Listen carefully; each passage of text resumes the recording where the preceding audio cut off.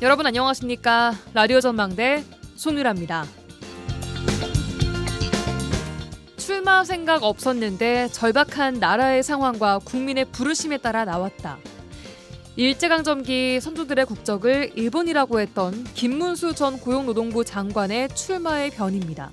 출마 생각이 없다는 분이 굳이 조기 대선이라는 국가적으로 중대한 일에 출마한 이유치고는 설명이 부족해 보이는데요. 역사의식은 물론이고 각종 여론조사에서 한자릿수 지지율에 그치면서 국민의 부르심을 얘기하는 것도 확대 해석 아닌가라는 생각을 해보게 됩니다. 기자들에게 질문 2개로 제안하면서 이런 궁금증을 풀지도 못하게 됐습니다. 홍준표 대구시장도 모레 11일 시장직을 사퇴하고 대권에 출마하겠다고 밝혔습니다. 오늘 기자간담회에서 홍 시장은 김문수 전 장관을 향해서 문수형은 탈레반이다. 나는 유연성이 있다. 라고 발언했는데요. 같은 당 대권 주자를 향해서 이슬람 무장 정치단체로 표현하는 것 자체가 코미디가 아닌가 싶고요. 국회 법사위 국민의힘 간사 유상범 의원은 오늘 내란이 종결됐는데 아직도 내란 선동이냐 이러고 있으니 대한민국 국민을 개돼지로 보지 않으면 그게 가능하냐고 했습니다. 내란 사태에 대한 형사재판은 아직도 진행 중이고요. 어떤 의미든지 국민을 개돼지로 표현한 것은 참기가 힘듭니다. 조기 대선을 앞두고 정치권에는 블랙 코미디가 난무하고 있습니다. 오늘 라디오 전망대가 준비한 내용입니다. 지역 소식들 뉴스브리핑 통해 들어보고요. 라전 법정 이슈책 이어집니다. 잠시 후에 뵙죠.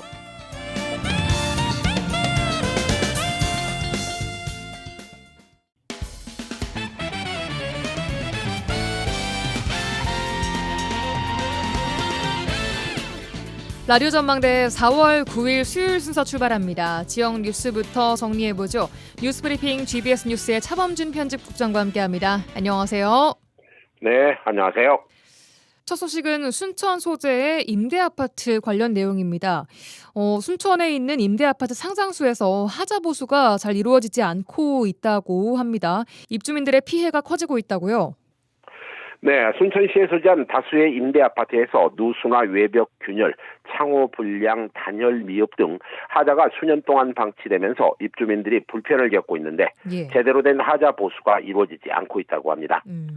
일부 임대아파트 입주민들은 아파트 하자 보수를 시공사나 관리사무소에 요구하고 있지만 시공사는 예산이 없다는 핑계로 또 아파트 관리사무소는 하자 보수에 대한 법적 의무가 없다는 이유 등으로 미온적인 대응을 하면서 주민들만 피해를 보고 있습니다. 보도에 따르면 임대아파트의 하자 보수가 제때 진행되지 않자 일부 입주자들은 자비로 하자를 보수하거나 또 불편을 감수하며 아파트에 거주하고 있는데 임대아파트의 하자는 공용시설인 승강기 고장이나 조경관리 부실 등 다양하게 나타나고 있다고 합니다. 임대아파트 입주민들은 하자 보수에 대해 민원을 제기해도 관리사무소는 사업자 눈치를 보며 하자 보수를 미루고 있고 또 일부 아파트는 임차인 대표회가 구성되지 않아 관리사무소나 시공사에 하자 보수를 요구하기도 쉽지가 않다고 합니다. 행정기관이 나서서 하자 보수 민원을 좀 처리하면 좋을 것 같은데 행정기관이 임대아파트에 대한 하자 보수를 관리할 수 있는 이 권한이 좀 제한적이라고요? 네, 지역 일부에서는 임대아파트의 하자 보수 민원이 제대로 처리되지 않고 있는 것은 임대아파트 하자 보수 민원이 법적인 사각지대에 놓여 있다는 지적입니다. 실제로 민간 임대아파트의 경우는 사업자의 자율성이 높아 지자체의 관리나 감독 권한이 극히 제한적으로 사용된다고 합니다. 순천 지역 임대아파트의 경우 분양 전환을 앞두고 일부 아파트 주민 분양대책위원회와 건설사가 하자 보수에 대한 협의를 진행하는 경우도 있지만 일부 아파트의 경우는 시공사와 분양가 할인과 하자 보수를 조건부로 합의하는 경우도 있어 하자 보수에 대한 다툼의 여지를 여전히 남겨두고 있다는 지적입니다. 지역 민간 임대아파트의 하자 보수 민원에 대해 순천시는 언론을 통해 민간 임대의 경우 시가 의무적으로 관리하는 아파트가 아니기 때문에 하자 보수 민원에 대해 직접 개입할 법적 근거가 부족하다는 입장으로 다만 지속적으로 민원이 발생하는 단지에 대해서는 점검을 강화할 예정이다. 이런 입장을 보이고 있습니다. 일부 임대아파트 입주민들은 순천시의 직접적인 개입이 아닌 하자 보수 민원에 대한 점검만으로는 임대아파트의 하자 보수에 대한 근본적인 해결이 어렵다는 입장입니다. 지역 부동산 전문가들은 민간 임대아파트를 대상으로 하는 하자 보수 의무를 법제화하는 임대주택법의 개정이 시급하다고 주장하고 있습니다. 예, 알겠습니다. 다음은 광양 소식 듣겠습니다. 정인화 광양시장이 시책 사업으로 추진해왔던 대학 등록금 전액 지원 사업이 시의회 반발을 받아왔었는데 결국 사업 내용을 대학생 생활비 지원 사업으로 방향을 좀 바꿨네요. 네, 광양시가 지역 대학생들을 대상으로 등록금을 전액 지원하는 사업이 의회의 반발로 계속 지연되자 최근 지원금을 줄이는 방식으로 이 대학생들에게 생활비를 지원하는 사업 목표로 내용을 바꿨습니다. 예. 광양시는 등록금 대신 소득 분위와 무관하게 대학생 1인당 340만 원을 지급한다는 계획인데 광양시의 사업 선회 방침에도 불구하고 시의회에서는 여전히 만만치 않은 재원이나 또 이 수혜 대상 대학생들의 형평성 등을 두고 사업 추진에 의구심을 표명하고 있습니다. 예. 광양시는 대학생 생활비 지원 사업과 관련해 기존의 국가장학금 지급 여부나 소득 기준과 무관하게 대학을 다니는 학생들이라면 모두 지급하겠다는 방침인데요. 광양시가 지급하겠다는 지원금 340만 원은 교육부가 산정한 1인당 평균 등록금 680만 원의 절반 정도 규모입니다. 광양시가 구상하는 지원금은 관내 거주 기간에 따라 차등적으로 지급할 계획인데요. 광양시에 주민등록을 둔 기간이 7년 이상일 경우 이 지원금의 100%, 5년에서 7년이 70%, 3년에서 5년이 50%까지 지원받을 수 있다고 합니다. 네, 지원금 규모는 좀 줄었지만 시의회에서는 여전히 지원금 재원에 투입될 예산을 두고 우려를 하고 있는 것으로 보입니다. 광양시 의회는 어떤 입장입니까, 지금? 네, 광양시는 내년 대학교 4학년 학생부터 지급을 시작해 연차적으로 지원 대상을 확대하겠다는 방침인데요. 매 학년마다 26억 원의 총 약 106억 원의 예산이 투입될 예정으로 오는 5월 시의회 임시회에 예산 출연 동의안을 상정하겠다는 구상입니다. 광양시의 사업 변경에 대해 광양시의회 상당수 시의원들이 여전히 과도한 재원과 형평성 등을 지적하며 우려를 표명하고 있는데요. 예.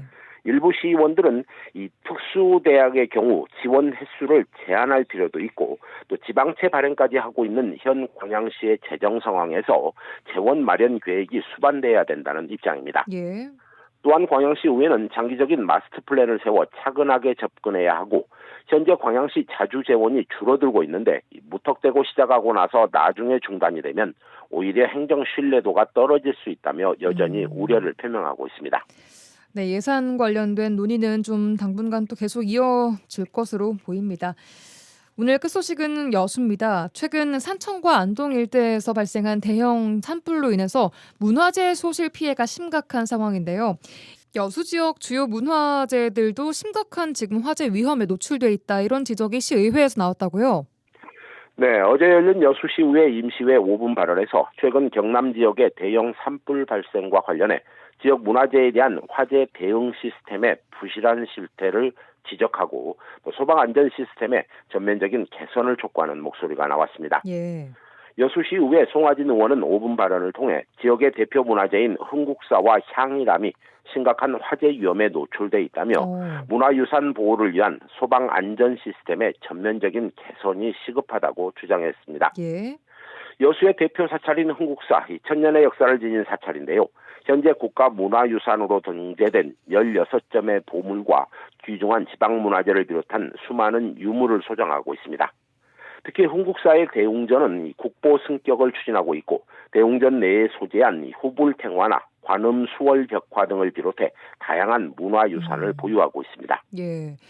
지역의 문화재에서 화재가 발생할 경우 효과적인 대응이 어렵게 돼 있다는 것인데 논란이 되고 있는 부실한 화재 대응 시스템 조금 더 짚어주시죠. 네, 앞서 언급한 흥국사의 경우 화재 대응에 사용되는 방화수를 인근 계곡의 물 60톤에 의존하는 등 화재 대응 시스템이 허술하기 짝이 없다는 비판이 나오고 있습니다. 예. 또한 최근에 설치된 소화전이나 소화펌프도 노후화로 작동이 불량하고 소화수 압력이 부족하고 펌프는 부식돼 소음이 심각한 지경이라는 지적이 나왔습니다. 또한 지난 2019년에 대형 화재로 주요 건물이 모두 소실된 바 있는 향일암의 사례도 언급됐는데요. 향일암의 경우는 급경사지에 위치한 사찰의 특성을 감안해 화재 발생 시 신속하게 대응할 수 있도록 소방 및 안전시설의 개선이 특히 필요하다는 지적이 나오고 있습니다. 네, 최근 다른 지역 문화재 산불 피해 사례들을 타산지석 삼아서 화재 대응 시스템의 대대적인 점검이 좀 필요해 보입니다. 여기까지 듣겠습니다. 뉴스브리핑 GBS 뉴스의 차범준 국장과 함께했습니다. 고맙습니다. 네, 고맙습니다.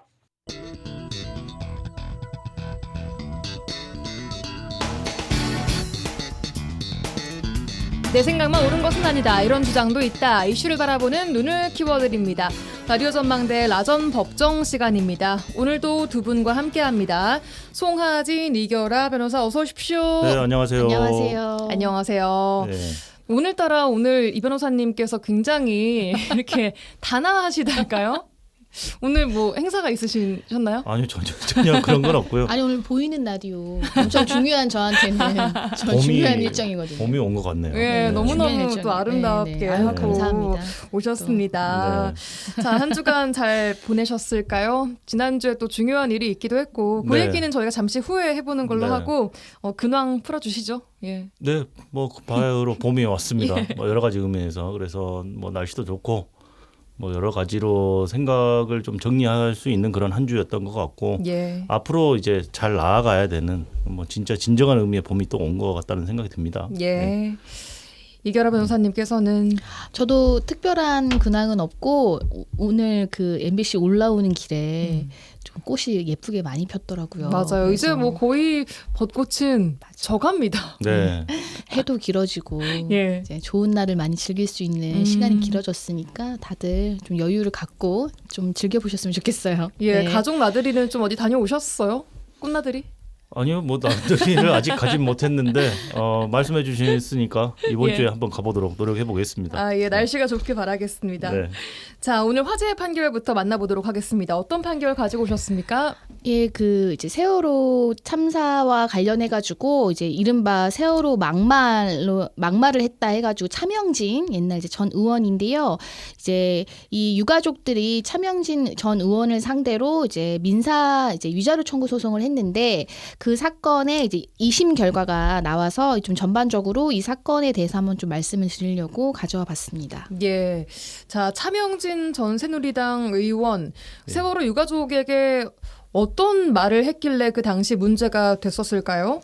이게 페이스북에 2019년 4월 15일에 차명진 전 의원이 올린 글인데요. 사실 좀 고민을 했어요. 이걸 과연 제가 여기서 읽을 수가 있을지 참 입에도 담기 어려운 표현들인데요. 간략하게만 주요 예. 내용만 좀 말씀드리자면 세월호 유가족들 자식의 죽음에 대한 세간의 동명상련을 회쳐먹고 찜쪄먹고 그것도 뭐더라 뼈까지 발라먹고 진짜 징하게 헤쳐먹는다. 뭐 중략하고 뭐 자식 시체 팔아 내 생계 챙기는 아이고. 것까지는 뭐 눈 감아줄 수 있다. 근데 좌빨들한테 세뇌당해서 그런지 전혀 상관없는 남 탓으로 돌려서 자기 죄의식을 털어버리려는 마녀사냥 기법을 발휘하고 있다. 뭐 지구를 떠나라. 이런 취지의 발언을 게재를 했죠. 참 여기서 입에 담기도 참 굉장히 민망한 내용들입니다. 예. 그렇습니다. 예, 언론 보도에는 이제 처음에 나왔던 뭐 징하게 헤쳐먹는다 이 부분들이 굉장히 많이 그 헤드라인으로 그때도 이게 2019년 4월 15일에 있었던 일인데요. 그러니까 그 이후에도 또 이제 선거 토론 같은 방송에서 나와서도 또 이제 세월호 유가족들에 대한 굉장히 좀 이제 막말을 해서 또 논란이 됐었습니다. 그래서 결국에는 이 사건으로 이제 민사적인 청구를 받게 됐고 그거에 대해서 이제 법원이 이제 일부 책임을 인정한 것이죠. 예. 일단 손해배상 소송에서 1심 결과는 나왔었죠. 네. 예. 판결 내용을 좀 볼까요? 1심 같은 경우에도 원고 일부 승소 판결을 했고 2심도 예. 원고 일부 승소 판결을 했는데요. 예. 그러니까 일부 승소라고 하니까 예. 뭐 이 부분을 저기 패소한 거 아니냐 그러면 일부는 이렇게 생각하실 수도 있는데 예. 위자료 청구를 유족 한 명당 300만 원씩 청구를 했는데 예. 유족 한 명당 100만 원만 인용을 해줬어요. 그러니까 전적으로 이것은 잘못됐다라고 책임을 인정하고 대신 그 위자료는 청구한 금액에서 일부만 인정을 했기 때문에 일부 승소 판결입니다. 그래서 그 내용을 뜯어보면 예. 굉장히 문제가 있다라는 부분을 구체적으로 조목조목 지적을 했어요. 예. 그래서 인터넷 게시물에 사용한 단어는 피해자들을 조롱하거나 혐오하는 표현이다. 그리고 자식을 팔아서 내 생계를 챙겼다. 이런 부분은 자극적인 데다가 굉장히 반인륜적이고 편향적인 선동적 표현도 있고 인격적으로 비난하는 내용도 있다. 이런 부분들 그리고 그렇다고 해서 그런 글을 게시한 주요한 동기나 목적들이 뭐 원고를 비방하기 위한 것에 불과하다라는 것도 명백하고 예. 피고가 적시한 사실이 공공의 이익에 관한 것이거나 뭐 사회상규 내지 통념상 수인한도 범주 내에 있다고 보기 어렵다라는 이유로 잘못된 것이다라고 명확하게 판결을 내렸습니다. 예, 그래서 명예훼손 정도가 좀 심각하다라고 네, 맞아요. 판단을 내렸고 네.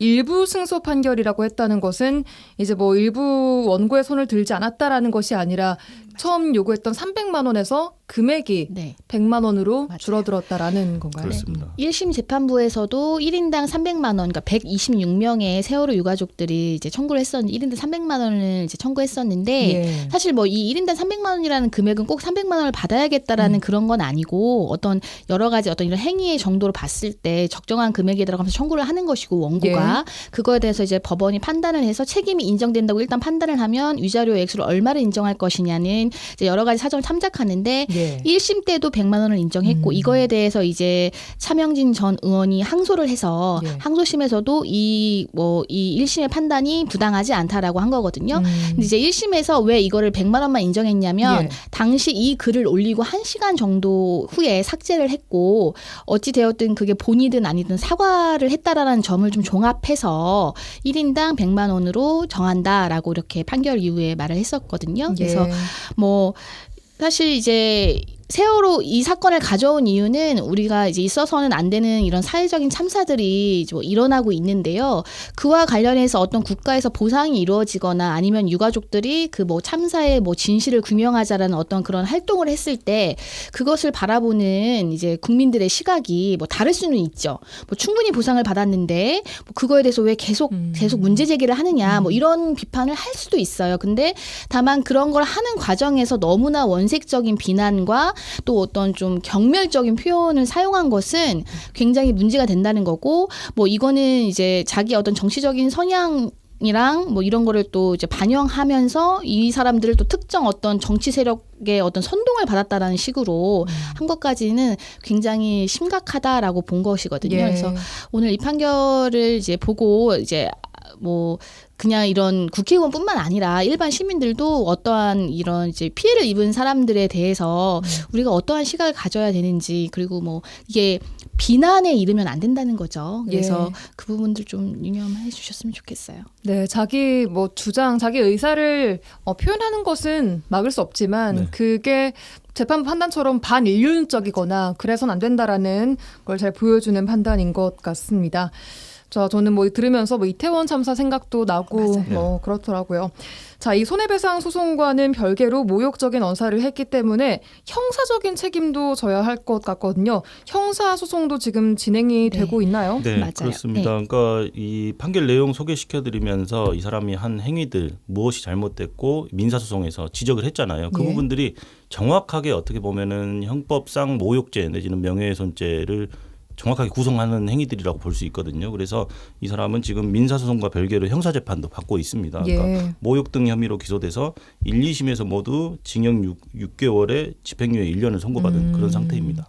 이렇게 민사랑 형사가 동시에 네. 진행되는 사건들이 꽤 많죠. 꽤 이런 식으로. 많죠. 그래서 대부분 이런 질문들도 많이 하세요. 그냥 나 형사적으로 책임지면 끝 아니야? 이런 분들이 많이 계신데 형사적인 책임은 어떤 사람이 범죄를 저질러서 형벌을 받는 것이고 예. 민사적인 책임은 그에 대한 손해배상을 하는 것이기 때문에 당연히 두 개가 별개로 진행되는 것이죠. 예, 지금 두 형사 민사 소송 둘 다 1심과 항소심까지 판단이 나와 있는 상태고 네. 형사 소송은 징역 6개월에 집행유예 1년, 또 민사 소송은 한 명당 100만 원씩 위자료를 지급하라라는 판단이 나와 있는 상황입니다. 자, 오늘 화제의 판결에서는 세월호 막말 차명진 2심에서도 패소했다는 판결 소개를 해드렸고요. 잠시 광고 듣고 와서 주제 토크 해보겠습니다.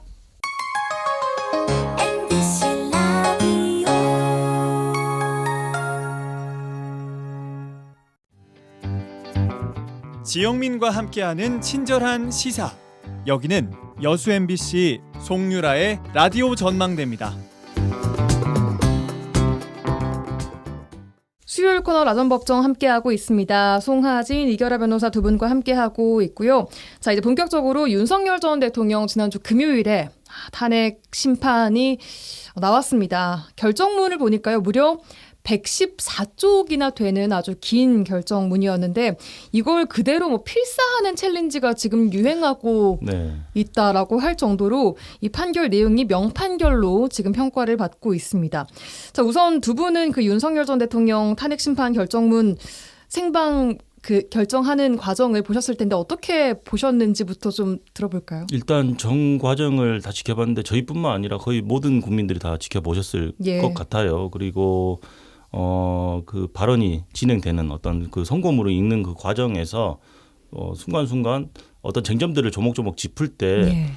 결론이 어떻게 되는 거지라고 이제 중반부까지는 좀 아리까리한 부분도 있었는데 예. 참 끝까지 들으면서 저는 개인적으로는 재판부가 국민들의 마음을 좀 어루만져줬다라고 생각이 들었어요. 예. 그러니까 그 내용 중에 특히 이런 부분들이 인상 깊었거든요. 그 계엄이 실패로 끝난 것은 시민들의 저항 내지는 그 부당한 그 명령을 따르지 않은 군인들 때문인 소극적인 대응 것이지 때문이다. 예. 그것 때문이지 그 피청구인이 잘해서 그런 것이 아니다. 참 이런 부분들이 참 마음에 참 와닿고 예. 어떻게 보면 좀 울컥하기도 했었거든요. 그래서 주요 쟁점들이 굉장히 많았지만 그 예. 부분에 대해서 굉장히 명쾌하게 논리적으로 이렇게 답변을 해주시니까 좀 훨씬 더 또 마음에 와닿는 그런 판결이었던 것 같습니다. 예, 또 법조인 시각에서 이결아 변호사님께서는 어떻게 보셨습니까? 사실 이제 탄핵 심판은 단심제잖아요. 이 어떤 결정에 대해서 다시 뭐 불복을 하는 절차가 없습니다. 그만큼 굉장히 더군다나 대통령에 대한 탄핵 결정이라는 것은 우리 국민 모두에게 미치는 영향이 굉장히 큰데 엄청 부담스러웠겠죠. 특히나 이번 사건 같은 경우에는 너무 뭐 찬반 입장이 굉장히 극렬하게 대립을 하고 있었기 때문에 예. 그 선고문에도 이제 특별히 강조해서 제가 봤던 부분은 이게 대통령만 잘못한 것도 아니다. 그리고 뭐 국회도 또 다 잘한 것도 아니다. 이 어떤 정치적으로 해결해야 될 문제를 이렇게 이제 최후의 수단으로 해야 될 긴급권을 발동해서 했다라는 것 자체에서 또 이제 좀 표현이 그렇지만 대통령도 꾸짖고 또 이제 여당, 이제 야당이나 이런 국회 측도 이거 화합을 하고 이렇게 해야 되는데 탄핵 소추만을 남발하면서 뭔가 대립하는 구조로 가는 것이 좀 좋지 않아 보였다라는 어떤 그런 메시지가 있었던 게 굉장히 저는 인상 깊었거든요. 그래서 예.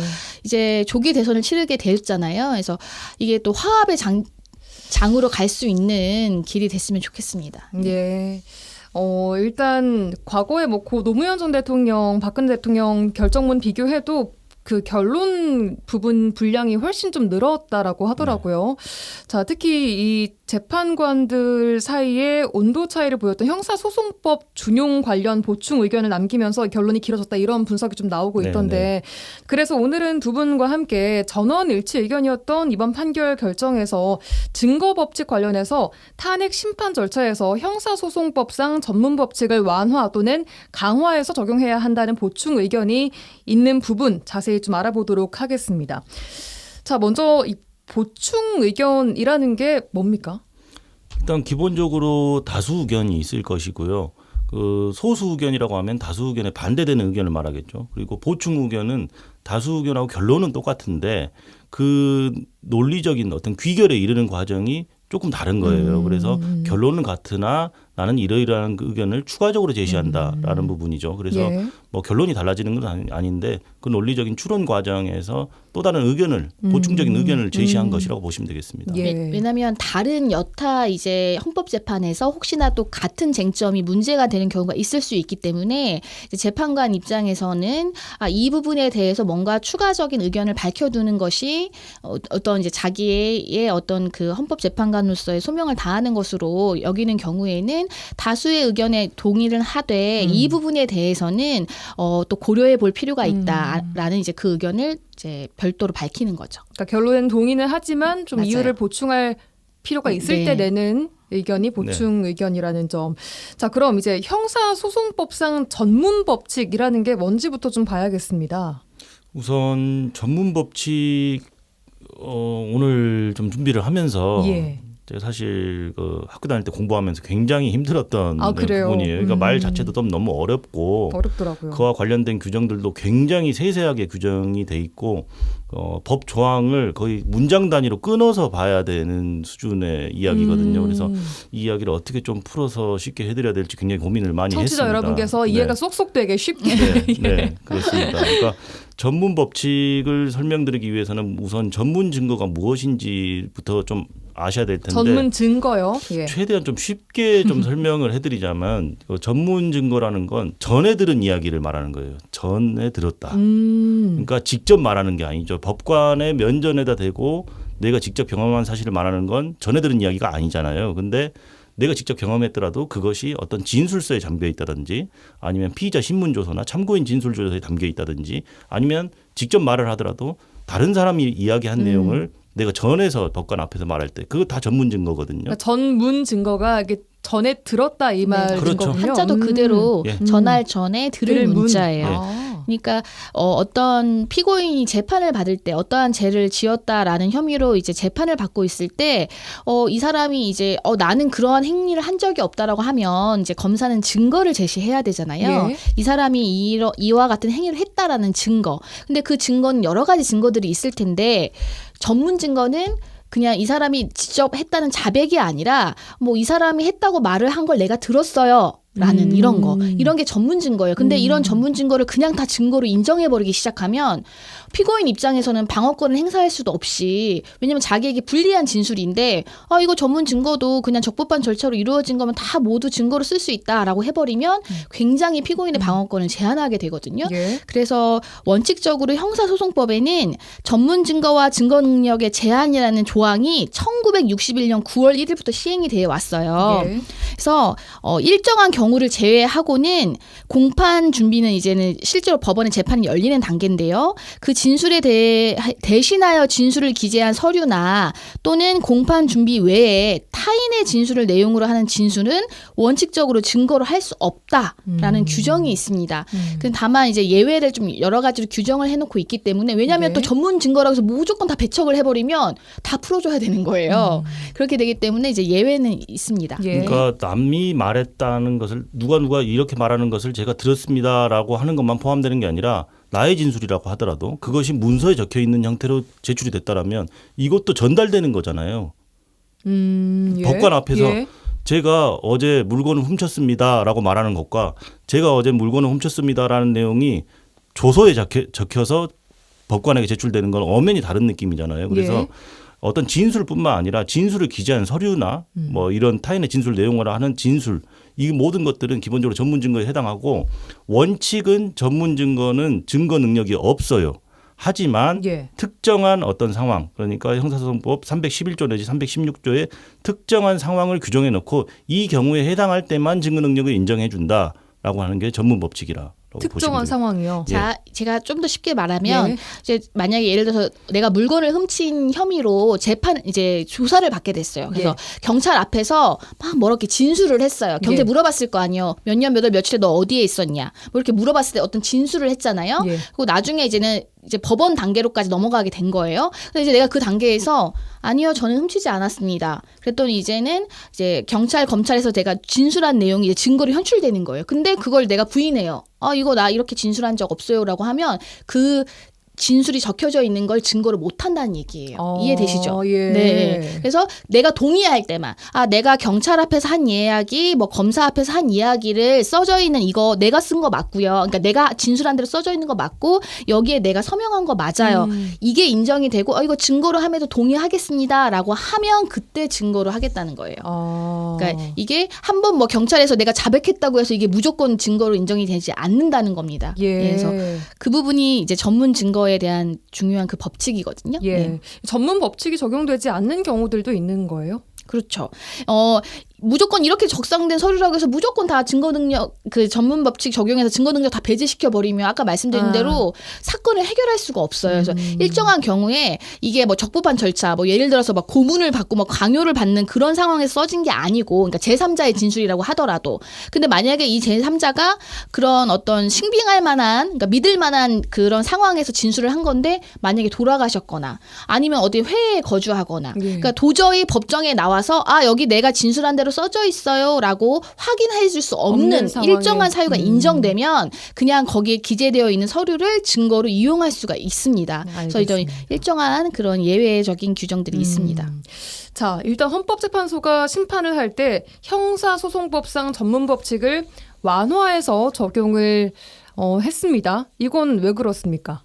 자, 저희가 이제 탄핵 이런 전국을 거치면서 헌법재판소법을 몇 번 좀 얘기한 적이 있어요. 근데 헌법재판소법 40조에 보면 준용 규정이 있거든요. 준용. 네, 우리가 준용이라는 거는 꼭 헌법재판소법에만 있는 게 아니라 모든 법에 다 있어요. 왜냐하면 다 세세하게 규정할 수가 없기 때문에 뭐 예를 들어서 몇 조 몇 항에는 뭐 민사소송법을 준용한다 이런 게 들어가요. 그래서 헌법재판소의 그 탄핵 심판 절차에는 형사소송법을 우선적으로 준용하도록 되어 있습니다. 그래서 이걸 가지고 이제 피청구인 쪽에서 형사소송법을 준용하도록 되어 있기 때문에 뭐 특히 이 내란과 관련된 어떤 관련자들의 진술을 뭐 이 피청구인에 대한 어떤 거를 인정하는데 증거로 쓰면 안 된다, 이제 이런 주장들이 나왔기 때문에 이 부분에 대해서 이제 헌법재판관들이 완화해서 적용할 수 있다. 이 헌법재판소 40조가 준용하도록 되어는 있지만 엄격하게 뭐 형사소송법을 적용하는 것이 아니다. 이제 그 부분에서 이제 보충 의견까지 이제 나오게 됐던 거죠. 기존에도 분명히 선례가 있었고요. 그러니까 형사소송법을 준용해서 갖다 써서 적용하는 것까지는 괜찮은데 아주 엄격하게 치밀하게 적용할 것은 아니라 헌법재판은 형사재판하고는 그래도 또 다른 개념이기 때문에 이 부분을 일정 부분 완화해서 굉장히 그 신빙성이 담보된다라든지 적법성이 담보된 경우에는 증거로 사용할 수 있다. 이런 정도로 완화해서 적용을 해야 된다라는 게 다수 의견이었죠. 그렇습니다. 자, 이번 헌법재판관들도 의견이 여기서 나뉘었습니다. 이미선 김영도 재판관은 보충 의견으로 형사소송법상 전문법칙을 완화해야 한다라는 의견을 냈고, 또 김복형 조한창 재판관은 보다 엄격하게 적용해야 한다라고 보충 의견을 냈는데 각각 좀 짚어주시죠. 일단 말씀을 드리면 이미선 김영두 재판관님 같은 경우에는 이 형사소송법상의 전문법칙, 그러니까 형사소송법을 준용하도록 헌법재판소 40조에서 규정은 하고 있지만 엄연히 형사 절차와 탄핵 심판 절차는 다르다. 그렇기 때문에 준용을 할 때 이것을 어떻게 적용할지는 헌법재판소의 고유 권한이다.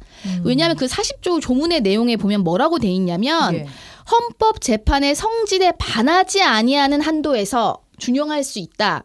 그러니까 준용한다라고 되어 있거든요. 그러니까 이 헌법재판의 성질에 반하지 아니하는 한도, 이 부분은 결국에는 구체적인 법률 해석의 문제다라는 거예요. 이 두 분의 의견은.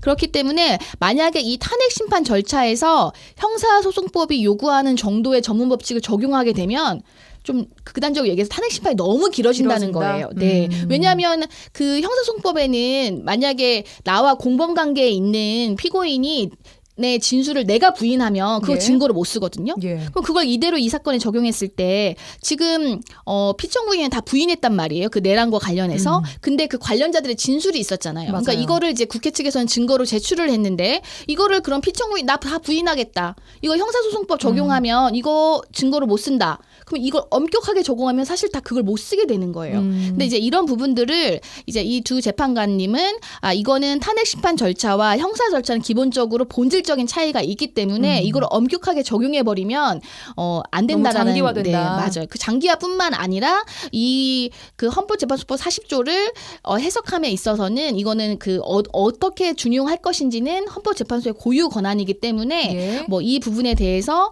이제 그 인정할 수 있다라는 거죠. 전문법칙을 그래서 완화해야 한다라는 의견을 맞아요. 냈고, 김복형 조한창 재판관의 의견도 볼까요? 이분들은 일단 보다 엄격하게 적용해야 된다라고 보충 의견을 냈어요. 일단 결론이 달라지는 건 아닌데 보충 의견을 좀 살펴보면은 대통령 탄핵 심판은 헌법 재판이잖아요. 근데 형사 재판하고 구분되는 개념이긴 하지만 탄핵 심판은 그야말로 국민이 선거로 선출한 대통령의 직을 박탈하는 중대한 결정이지 않느냐. 그래서 엄격한 증거 법칙의 적용이 필요하고 탄핵 심판의 굉장히 중대한 중대성이라든지 파급력을 고려할 때 엄격한 적용을 해야 된다. 그리고 피청구인 뭐 형사 사건의 피고인 정도는 아니더라도 피청구인의 방어권을 보장하는 측면에서도 전문 법칙을 형사소송법을 준용할 때 전문 법칙을 굉장히 엄격하게 적용을 해야 될 것이다. 그리고 공판에서 직접 현출된 증거, 공판 중심주의, 공판에서 나온 모든 것들을 토대로 재판을 한다라는 게 공판 중심주의인데 공판 중심주의를 강화하고 피청구인에게 반대 신문 기회를 부여하는 것이 탄핵 심판 절차의 전반적인 구조에 부합하지 않느냐라고 해서 엄격하게 적용을 해야 된다라고 일단 전제를 깔아놓고 다만 그 결론에 이르는 과정들은 이렇게 하더라도 이 결론에 이르는 것은 똑같다라고 이제 의견을 제시해 주신 거죠. 예, 뭐 결국 이번 심판에서는 이제 완화해서 적용이 된 판결이었습니다. 네. 짧게 두 분의 의견은 좀 어떻습니까? 이거에 대해서? 일단은 이제 김복형 조한창 재판관님 같은 경우에는 어떤 의견을 얘기하신 거냐면 왜 탄핵 심판 절차에서 이런 형사소송법 준용을 완화했냐면 그동안 헌법재판소가 완화했냐면 탄핵 심판이 미치는 영향이 크기 때문에 좀 신속하게 이루어져야 되는 측면에 대해서 좀 집중을 하다 보니 공정성 측면에서는 좀 문제가 있었던 거 아니냐 이 부분에 대해서 좀 조화로운 방안을 이제는 모색할 때다라는 그런 의견을 밝힌 것이거든요. 그러니까 뭐 이런 그것이 뭐 전혀 부당한 어떤 의견은 아니라고 보여요. 그렇지만 만약에 그렇게 되면 탄핵 심판 절차라는 게 완전히 좀 형해화가 될 수 있어요. 왜냐하면 이거 다 일일이 불러가지고 나에 대해서 내가 부동의했기 때문에 이 증인들 다 불러서 재판하면 너무 공백 상태가 길어지잖아요. 그거를 생각했을 때는 이렇게 긴급이 아니라 탄핵을 해서 어떤 그 국가적으로 안정을 해야 되는 이익이 더 크기 때문에 저는 일단은 이제 아직까지는 다수 의견에 동의하는 편입니다. 예. 뭐 저 같은 경우에도 일단 지금 형사 사건에서 실무를 보면은 전문 법칙에 따라서 기본적으로 전문 증거는 증거 능력이 인정되지 않는다고 했잖아요. 근데 이걸 탄핵 심판에다가 완전히 똑같이 엄격하게 적용을 해버리면 사실 이런 문제가 발생할 수 있어요. 나한테 불리한 증거는 전부 부동의를 처리하겠다. 그러면 모든 그 진술에 관련된 사람들이 법정에 다 나와야 되고 증인신문 절차를 거쳐야 되고 이러면 무한정 길어질 수 있기 때문에 이런 부분들은 그러니까 전문 법칙을 완전히 배제한다기보다는 좀 완화해서 그 뭐 적법성이 담보되는 한도 내에서 뭐 적용하겠다라는 것이니까 뭐 다수 의견이 저도 타당하다고 생각합니다. 알겠습니다. 자, 라전법정 여기까지 들어봐야 될 것 같습니다. 송하진, 이결아 부부 변호사와 함께했습니다. 두 분 고맙습니다. 네, 감사합니다. 지역의 이슈를 직접 체크해드립니다. 이슈 체크. 이슈 체커 김지연 리포터와 함께합니다. 안녕하세요. 안녕하세요. 네, 오늘의 이슈 어떤 이슈 체크해볼까요? 네, 오늘의 이슈 체크. 건설 작업 현장 안전 고민입니다. 지난 5일이었습니다. 여수시 학동 거북선공원 인근에 해체 작업 가동 중인 5층 건물이 있는데요. 이곳에 잔해물 가림막이 붕괴되는 사고가 발생하면서 하마터면 대형 사고로 이어질 뻔한 아찔한 일이 벌어졌습니다. 예, 저도 뉴스 보고 깜짝 놀랐습니다. 네. 건물이 뭐 기울었다 이런 보도들이 막 나왔었는데 다행히 인명 피해는 발생하지 않았었죠. 네, 그렇습니다. 당시 해체 작업 진행 중이던 건물이 기울어졌는데요. 이 구조물 일부가 바닥으로 떨어졌고요. 당시 건물 앞에 주차된 고소 작업차 일부가 파손됐고 다행히 인명 피해는 없었습니다. 이 사고로 30분간 정전이 되면서 환전이 비상복구 작업을 진행했었습니다. 예, 이게 일단 어떻게 된 일인가요? 사고가 일어난 건물은 최근까지 사우나 용도로 사용되었던 건물이었어요. 아, 그래요? 네, 인근 부지와 함께 이곳이 개발되면서 해체 공사가 진행 중인 곳이었는데요. 해체 이후 39층 규모의 주상복합 건물이 들어설 예정이라고 합니다. 와. 사고가 일어난 건 지난 5일 오전 11시 50분경이었어요. 예. 이 해체 작업을 하던 굴착기가 구조물을 분리하는 과정에서 건물 잔해물이 가림막으로 쏠리면서 구조물이 아래로 떨어졌습니다. 그러니까 건물의 일부가 쓰러진 건 맞아요, 이게? 그렇죠. 네, 건물 일부가 쓰러지면서 가림막 부분이 이 구조물에 함께 떨어진 거죠. 그러니까 그 해체 공사 현장을 이렇게 가리고 있는 가림막이 쭉 둘러싸져 있었는데 네. 이 가림막이 사실 뭐 튼튼한 것은 아니에요, 이게. 그냥 밖에서 보이지 않도록 가려져 있는 그런 상태라고 보시면 됩니다. 그쪽으로 잔해물이 쏠리면서 가림막 자체가 이렇게 확 기울어져 버렸습니다. 네. 작업장 인근에 주차돼 있던 트럭 한 대만 파손이 된 상태고요. 네, 그 사고 당시 파손된 트럭이 붕괴된 구조물을 지탱하는 모양새가 되었는데 만약에 이 트럭이 없었다면 그 없는 상태로 구조물이 붕괴됐다면 건너편 건물까지도 피해가 이어질 수 있었던 그래요? 상황이었어요. 네, 그 앞에는 이제 편의점과 식당 또 1인텔이 있는 건물이라서 인명 피해 등 더 큰 사고로 이어질 수도 있었다. 이렇게 목격자들은 말하고 있습니다. 특히 건물 가림막이 기울어지는 모습을 본 인근 주민들은 그 넘어지는 광경을 직접 눈으로 보면서 대피하다가 넘어질 정도로 놀라섰다고 해요. 인근 상인의 이야기로 먼저 들어보시죠.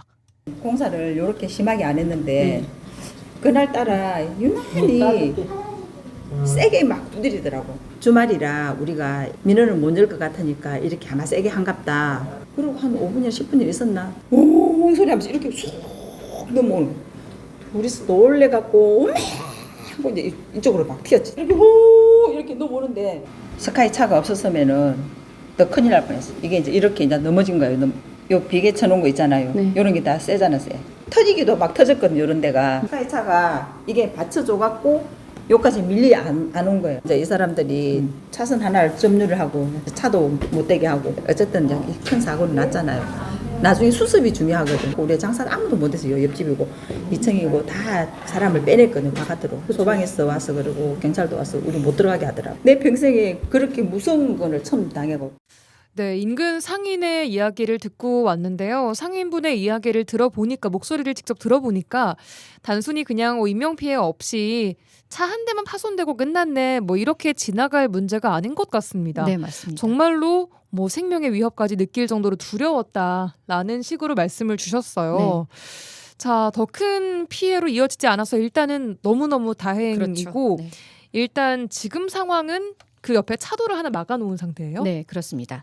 그 찻길이 이제 차 2대가 지나갈 수 있는 그런 골목길인데 예. 지금은 한 차선만 들어갈 수 있을 정도로 통제가 진행되고 있고요. 예. 현재 자세한 사고 경위가 조사가 이루어지고 있는 상태입니다. 예. 해체 작업 중인 건물 한 동이 강도가 약한 시멘트를 사용해서 콘크리트가 내부적으로 밖으로 밀리면서 발생한 것이다. 이렇게 또 추정을 하고 있는데 사고 당시 건물 외부가 철근 또 그 가림막이 한 5층 높이 정도로 두르고 있는 형태거든요. 예. 근데 이게 사고 이후에 도로 한 차선을 막을 정도로 현재는 안전 조치와 통제가 진행되고 있고요.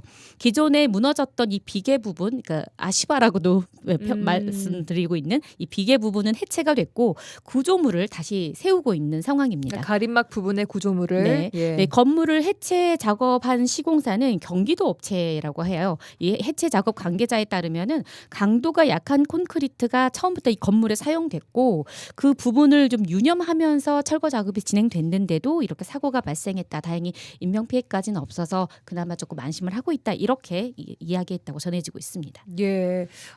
아까 앞서 들었던 그 시민 인터뷰 내용 중에 뭐 그런 말도 있었습니다.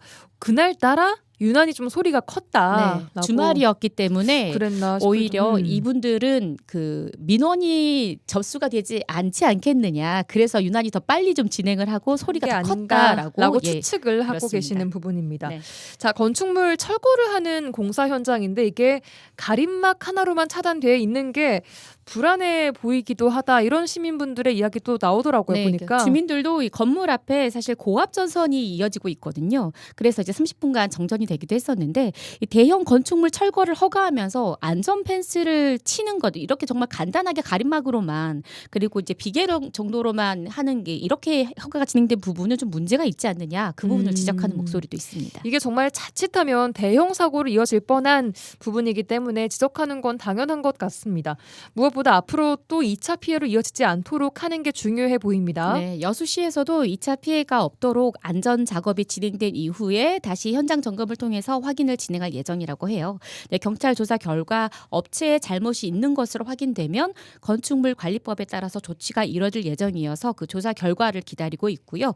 또 여수시 관계자에 따르면은 이 해체 작업은 현재 중지 명령을 내린 상태입니다. 지금은 작업이 중단된 상태예요. 네, 철거가 진행되어도 좋은지 일단은 안전 조치가 지금 진행되고 있기 때문에 이게 확실하게 안전 조치되었다라고 현장 점검에서 판단되면 다시 재개할 수 있도록 지켜보고 있는 중이라는 답변 들을 수 있었습니다. 많았습니다. 예, 정말 안전은 아무리 강조해도 지나치지 않는 부분입니다. 네. 예. 이 철거 업체가 사실 사고 며칠 전에도 공사 현장에 안전대 거리 없이 작업하는 모습이 목격됐어요. 그래요. 네, 그렇게 이제 작업자들의 안전에 대한 그 인식이 부족한 거 아니냐 이런 보도도 있었던 곳인데요. 예. 그만큼 인근 주민들이나 시민들도 이번 철거 작업 중에 발생한 사고를 보면서 정말 안전에 주의를 기울이지 않는 모습에 걱정하는 의견이 많았습니다. 시민들 목소리 들어보시죠.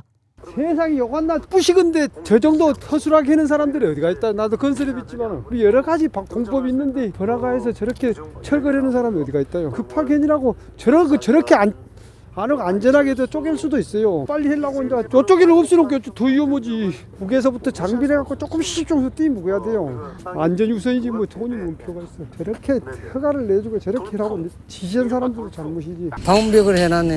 공사비를 적게 해가지고 다 남겨먹으려고 하니까 빨리 서두른 거죠. 안전 안 지키고 조심해야죠. 돈 벌려고 나왔고 사고 나가지고 죽어버리면 맞고요. 저것도 이쪽 뭘 잡아주고 해야 될 건데 안 잡아주고 이제 사람이 울릉울릉 이제 흔들흔들하네죠. 당연히 불안감은 있는데 이게 지금 펜스 맞추고 해놓은 건데 사실 이렇게 해서는 철거 방식이 불안했죠. 1층, 2층짜리 같으면 상관이 없는데 저런 것은 저렇게 철거를 해도 되나 싶을 정도였는데 나는 괜찮겠지 하는 그런 생각. 모르겠어요. 요수는 어쩐지 모르겠는데 전문가들이 저걸 진단을 해갖고 글이 안 오고 업체에다가 선정을 하면 그 다음에 또 거기서 다른 업체에다가 또 하도를 준다고요. 그러니까 그 안전에 대한 인식이 별로 없어요.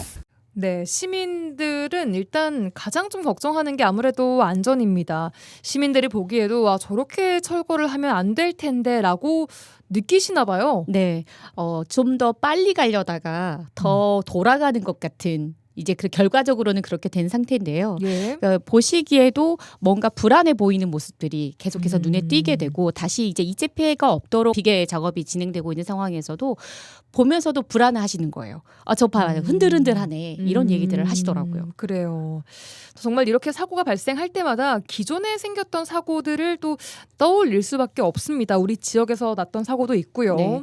지난해에도 그 여수시 신축공사 현장에서 사망 사고가 있었어요. 그리고 또 2년 전에는 생활형 숙박시설 건설 공사 현장에서 흙막이 벽이 붕괴되면서 바닷물이 유입됐었거든요. 와, 그때 정말 깜짝 놀랐어요. 네, 그 당시 인근 상인들과 인근 상인들 그리고 주민들의 불안감이 상당히 컸어서 라디오 전망대에서도 그때 인터뷰를 했었던 게 기억나는데요. 그리고 이제 현재 그 대한건설협회에서 그 추락사고 예방 그리고 또 안전문화 확산을 위해서 릴레이 캠페인까지 진행하고 있습니다. 뭐 대기업들이 다 참여했다 이런 얘기들도 있는데 하청으로 넘어갈수록 더 안전하지 않다라는 시민분들께서도 계속 있죠. 그렇게 생각을 하시잖아요.